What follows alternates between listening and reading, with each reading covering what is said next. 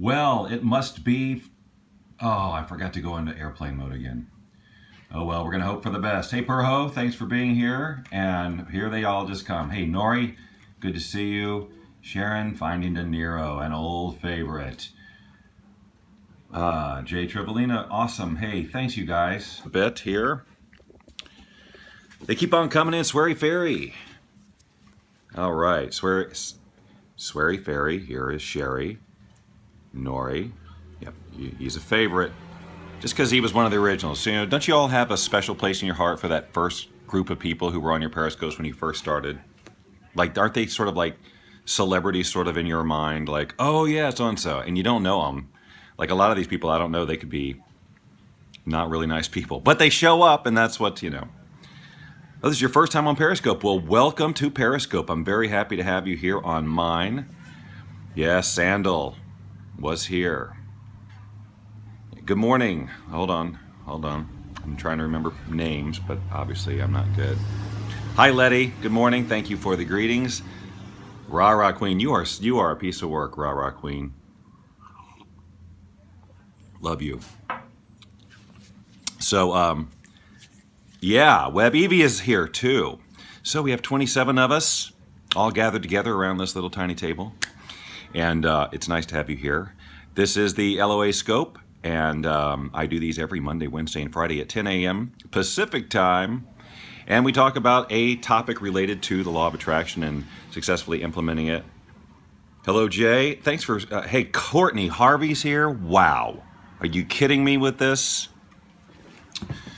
We haven't seen Courtney in quite a while. I mean, we could see her any given moment on Periscope or any other various media, but I haven't seen her on my scope in a while. Anyway, nice to have you here. So a couple of things, and if you're new, I know I recognize most of you, so most of you don't need an introduction to who I am, but I am Bob Doyle, and I was one of the featured teachers in the film The Secret, which was, of course, about the law of attraction. I've been teaching law of attraction since 2002, and you can learn more about me at boundlessliving.com, boundlessliving.com. I will say that tomorrow morning I leave town to go to Atlanta to visit my son. I'm very excited about that. And but it will probably take me off line for the most part between now and then. You can only see your mouth. What do you mean? Is that true? I see my whole face. Does everybody see my face, or you just see my mouth? What's happening? So, yeah, well, wait. Where are you? Hold on. No, I hit Queen Raw by accident. Who said you'll be there? Ugh, be here. Anyway, I'm going to Atlanta. And so I will be there from tomorrow morning until Monday. Oh, you're in Atlanta. Awesome. God, I keep trying to press you and so I can get your actual name, and I keep missing. Sheila, what part of Atlanta are you in? Oh, just south of Atlanta. Bankruptcy and estate planning lawyer. Awesome. Well, welcome. Excuse me. So all that to say is I may not get a... Okay. You're in Atlanta as well. Hello from Brazil. Hey, Stephen, I could, if it weren't for my kids, I could not go back to Atlanta ever and be fine. It's not that I don't like Atlanta per se. It's just that I spent my whole life there and I've kind of moved on, that's all. And I don't know what the weather is there, but we've been dealing with heat here in Marina Del Rey, which is wuss heat compared like in Atlanta. And Atlanta would come in here and say, this is great, this is nice. Oh, your dad is still there, yeah. So you kind of got to go back every now and then. But it's amazing how your body reacclimates to the climate. Like I am, I get cold easy, I get too hot easy. I'm just so used to this perfect weather all the time. Yes, as in Atlanta Del Rey, Marina Del Rey. So, all right, anyway. So all that to say is I may do one of these on Friday, definitely will not do one on Monday. So just a heads up. I know you guys plan your life around these LOA scopes, so... you can make alternative plans. You can sleep in a little bit or have a late lunch. I don't know if any of you were on the voiceover scope I did yesterday with Tickle Me Frankie, but that was fun. That was a lot of fun. Okay, you guys, I'm going to try and get focused here. So this is one of those, the topic today is what is judgment costing you? I could have also called it use your best judgment, because I want to talk about judgment, and you have it on your calendar. Awesome. So now here's the part where I have to stop reading comments so I can stay focused, because you all know I just get derailed if I read anything. But you can talk amongst yourselves and follow one another, and follow me if you haven't. And the hearts are beautiful. So thank you. So judgment. So we it's one of the 4 agreements, right? Not to judge. And but the fact is that we judge all the time. We judge and we discern, and I think there's kind of different. And I think the word judgment gets lumped into things that is actually more about discerning. So, we've learned that judgment, we shouldn't judge things or people or whatever. And I agree that judging, well, let's talk about the difference. I mean, we judge all the time. We can't help it. Our brains analyze the situation and we create meaning around it. That is a judgment. We're judging something. But I mean, obviously, it's good to judge how close you are to the edge of the cliff, right? And if you're in a situation and you are deciding what kind of action to take, you make a judgment about it. You evaluate all of the pros and cons and whatever, and you make a judgment. So there's nothing bad about judgment per se, right? It's discernment, it's decision making, whatever we call it, judgment. But there's a certain kind of judgment that takes us in an energetic direction that, as deliberate manifestors of things that make us happy and things, we cannot afford to go and stay because of the energetic impact it has on us. Hey, Frankie, we were just talking about you. When we judge people, let's just use people. And even it's interesting, because even when we judge somebody in a good way, it's interesting what we're actually doing with ourselves vibrationally in some of those instances. But let's talk about the obvious one: judging someone in a harsh way, making oh, she's to this, or they're such a whatever, or they should really be doing this, and that is also a very big part of judgment, is judging what other people should do. Like, how many times do you should on people? And that is a judgment. That is saying, I know better than you what you should do in this situation. And what is that doing to you energetically? Well, anytime you're judging yourself above others, I believe that you're actually taking a very negative energetic hit. Because if you're looking at someone and saying, I'm better than them, and whatever it is, whether it's just better as a person, better looking, but more talented, whatever, you're actually suggesting to your subconscious and your energy that matters. Like, it's important for you to be better than. Like, you need to know that, and by having that need, it inherently means that you actually have a lack of confidence. You don't fully value yourself. You're not secure with yourself, because a person who is truly happy and secure with themselves would have no need. It just wouldn't happen to judge another person. And I want you to think about that. Because if you're good with where you are, your brain's not going to work in a way where you're evaluating other people in a negative way, or that they should be doing something, or that they're bad, or whatever. It just doesn't happen with a truly happy person. They will not judge, because in that judgment, you shift into this. It's not a good feeling. I believe that when you judge somebody, it actually feels bad. It actually feels bad. Because you're dissatisfied with something. You're not happy with how they're doing it. They don't line up with your expectations, or maybe you are comparing yourself in some way. But what I'm saying is that the energetic impact that it has on you will affect your ability to stay in alignment with what you truly want, because there's something about the value for yourself. I was going to say, suddenly all the hearts just stopped. All the comments just stopped. Did I just paralyze you with brilliance? Is that what happened there? I really like who I am, but I'm still hard on myself, and I do not judge others at all. Well, so judging yourself is, that's kind of an obvious one. I am talking about judging others, but judging yourself is obviously, if you judge yourself harshly, then that's sending just a ridiculously non-productive communication with the universe about what can come into your life. If you assess yourself as not good enough, then why would you allow great things to come to you energetically? You're going to push them off a bit. So we really should do another scope just on self-love. I mean, that's because it's such a huge topic, and ways to shift into self-love. Actually, I think that would be a better blab, and I'll get some expert on that, and then we can have a conversation. What do you think? I think that's a good idea. I'm writing that down right now. A self-love blab, because I think the contribution of people who come to that blab would be outstanding. And then if we have an expert in the house it's impossible to not judge yourself if you judge others. Yeah, that's correct, because it's a comparison thing right there. When you judge others, that's a great point. You're judging yourself because that's your comparison point. They should do it like I do it, or they're not doing it like I'm doing it, or they should be this way, or whatever. So I think what my point on this particular scope is kind of like some of my others, and it's just to bring an awareness. Like, if you really stayed present all day and conscious of how often you judge things and people, just the slightest thing. Like if you're in the grocery store and you go, what is she wearing, right? That's a judgment, and it's not a good one. It doesn't benefit you in any way, energetically or otherwise, right? So it's just about, I'm not saying you're a bad person if you judge. I'm saying we all do it, and we could benefit from being more aware of it and recognizing what it might be costing us, and then see if we can't shift that when we catch ourselves doing it. Even the slightest little judgments.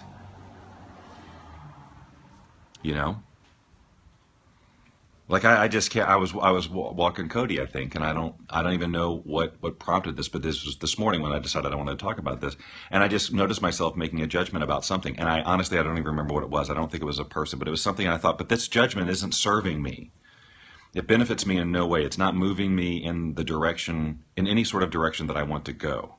If anything, it's a bump. It's an energetic speed bump in my day and my sense of well-being when I have to assess something and go, Again, this is different than discernment, where you're making a good decision based on the information that's in front of you.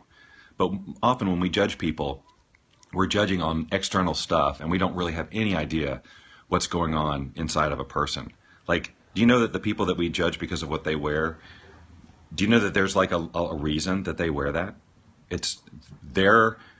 That's how they're wired. Their situation, their circumstances, their values, their everything. It's perfectly normal and natural for them to make the clothing choices they make. And who's to say that theirs are better than ours? They're just different. We conform to, societal norms, and somehow we make that be okay. And if somebody doesn't do that, then we judge, making ourselves better than. And that's not good. I should say, rather than saying it's good or bad, it just doesn't serve us. It doesn't serve us energetically, and it disconnects us from unconditional love, acceptance, allowance, all of these. Yeah, and you're right, Stephen. The judgments flash in. They come up, they're automatic. And I'm just saying, what if we started to take notice of them? And then maybe make a conscious shift in what we're thinking. I'm definitely judging myself after yesterday. So Frankie is judging herself because of the voiceover scope thing we did yesterday, which the thing is, Frankie, if you go back and watch it again, you'll see that everyone was loving you. I was loving you. Your boldness and your bravery to do that was amazing. So if there's any judgment you are having on yourself, it should be amazing self-love, pride, all of it. It should be, you should be elated with yourself. And whatever, if you're judging yourself harshly from yesterday, I want you to observe how non-beneficial that thought process is. It doesn't serve you. What is it going to do? You're judging yourself on something you did yesterday that absolutely cannot be changed and shouldn't be changed because it was awesome. So if this is like a pattern that runs in your life, this self-judging or judging yourself harshly, which I'm kind of getting a sense that it is, what I would invite you, and look, lots of people, there are probably people on this scope besides you who judge themselves very harshly, probably over harshly for whatever reason. And I would say that it would be of value for you to dig into that and do some releasing, some very intentional releasing. Like let's make that a little project to move through that and to find out where that came from and to see if we can't. Where was the scope? I want to see Frankie's skills. That was on Blab, blab.im. So go to blab.im/Bob Doyle Secret, and go to the replays, and you'll see live voiceover coaching with Bob Doyle, and Frankie's in there. And Joe Trask joined us too, and the group was so ridiculously supportive, and it was just a ton of fun. I had so much more fun than I anticipated. I judge myself before I judge others. Yeah, but you know what? That doesn't make it better. I mean, that's just true. Xavier, by the way, so I'm leaving tomorrow morning, and I still haven't eaten that chocolate. We still haven't done the blab with Lynn, and so it's going to be all the way till the 8th before I ever taste that chocolate that you sent. I can't believe it's been here all this time and I haven't touched it. All right. And now back to the scope. So anyway, so why don't I start reading some of your comments about this. Do you have everything packed? I don't know what that means. I think I walked in the middle of a conversation. Perspective check. I always try to put myself in others' shoes. Yes. Yeah, that's what I was talking about, is we don't know what goes into having a person be a person. Most of us are doing the very, very best we can. Now, we may occur to others as a jerk or a weirdo or whatever because they have no clue why we are the way we are. So they have no compassion, no understanding, and they make a judgment about that type of behavior or those types of clothes or whatever based on things they've learned from society or TV or whatever. It's all basically made up information, and even if you know someone pretty well and you find yourself judging their behavior or whatever, you still have to understand that they're probably doing the best they can, even if on the outside it looks like they're being a jerk intentionally and all of that. But this is just how life has guided them into being. And so your job is not to try to change them, certainly not to judge. Judging them doesn't change anything. You can make a decision that being around them or whatever, spending time with them doesn't serve you energetically, and you can make a decision for yourself to minimize your time with them, but that's different than judging them and making them wrong for being. It's just recognizing that you're not in alignment with that type of person, that type of energy. But you can do that without judging. That's discernment, not judgment. See what I'm saying? Judgment can't share space with love and evolution. It silently robs our energy reserves. Yeah. Yes, it does. Now, that's what I'm saying. When you're in a sense of self-love or happiness or whatever, judgment just won't occur. Can we blab on the weekend, please? Yeah, we should do that. Again, this weekend, I will be with my son, and I will not be on any devices. I mean, I'll probably check my email once a day or whatever. But, yep, it'll be a device-free weekend, just focusing on the boy. So very, very excited about that. But we'll be back Tuesday. And yes, I want to do much more blabbing. That was so much fun yesterday, and I realized so much potential, as do a lot of people. It's best to just disengage. Examination just extends the conflict. When you say examination, as are you doing Friday? Friday I may do. My son is 15. I constantly ask myself, is this an observation or a judgment? That's good. It's good. The Friday's free weekend, yes. Sorry if you said it already. Yeah. So Friday, yeah. I think I may do one Friday. It just depends on where I am in my day of the judgment behavior. Yes. Yes. Right. Examination of the behavior. Yeah. It's a noticing. It's a noticing, and I mean, I think there's some value in looking at it a little bit if you see a pattern of like the types of judgment you have around people. To examine it just to maybe see what its origin is and maybe do some releasing around it. But you're right, examination on anything that doesn't feel good, too much in that, then you're brought into alignment with that energy and it doesn't serve you. So it's about this sort of detached observation, detached analysis of, well, wow, why am I feeling this way about that person or this situation?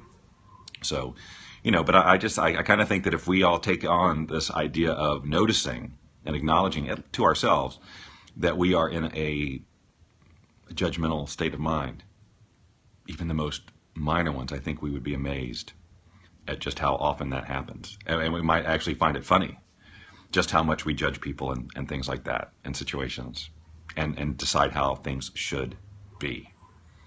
And when the whole judging around you should do this or you should be this or whatever, that's where it really gets dicey when you're telling somebody. Because in that case, a lot of times it's somebody that, that you know that's in your life that you love or whatever, and you're telling them how they should be or whatever. That's tricky because that's that's really stating a dissatisfaction. It's really calling attention to something about you when you judge somebody else and say they should be that way or they should change this or whatever. It's an opportunity for you to look at yourself and say, why do I feel that way? What is it? Why is it that I need them to do this? It is a terrible word, especially when you're talking to somebody else about what they should do. When someone judges another person, yes, it says something about themselves. It absolutely says it's more about, because the judger doesn't know a lot of times what really makes that person the way they are that you're judging. But the way that you judge says volumes about you that you can know. What's about you really don't like that person? Well, that's what I said. If you really don't like the person, then you just make that, you observe, you notice that, and you make a decision that I'm going to minimize my time with them. And look, you can not like someone. Let me see how I can say this. Because so the argument would be, well, if you don't like someone, doesn't that mean that you're judging them as not likable? I think there's a difference. There's a slight difference. If you don't like the way that someone is their behavior, and it may or may not mesh with you energetically. It may go against your value system or whatever, and it's perfectly fine for you not to like that, and choose to avoid it. It's about judging the way you feel and saying, this person, this situation makes me feel this way. I'm choosing to not be that way, rather than judging that person. And saying, you can say, for example, I don't like that person. It's different than saying that person is unlikable. That's what I was trying to say. Took me quite a while around the block to come up with that. Okay. What time is it now? 10:22. Okay. People are being judgmental towards you. Well, that's, again, that says that about them. And, because look, that's, no one likes to be, that's the whole thing, is no one likes the feeling of being judged, right? It's like when someone tells me how I should be. Len might say, or suggest in some way that I should do something, or I should be a different way, or I should look at things a certain way. And, I think it's just natural that we don't like that. We don't want to be told that we're not enough or that we're not good enough. And that in order to make that person feel comfortable, we have to change. No one likes that. I don't know that they assess it that way.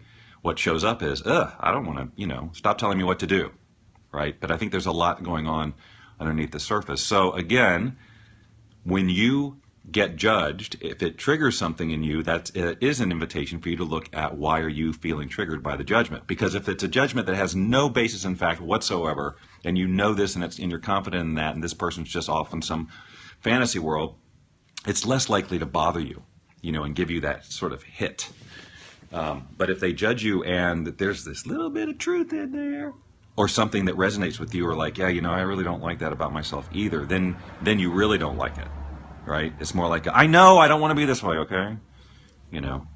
So there's all sorts of opportunity. Whenever we have a bad feeling, it's an opportunity for us to look at where that thing is coming from and how can we do some internal work to shift, to maybe minimize how often that particular bad feeling comes up. We're triggered by the things we see in others that are actually active in us. Yeah, absolutely.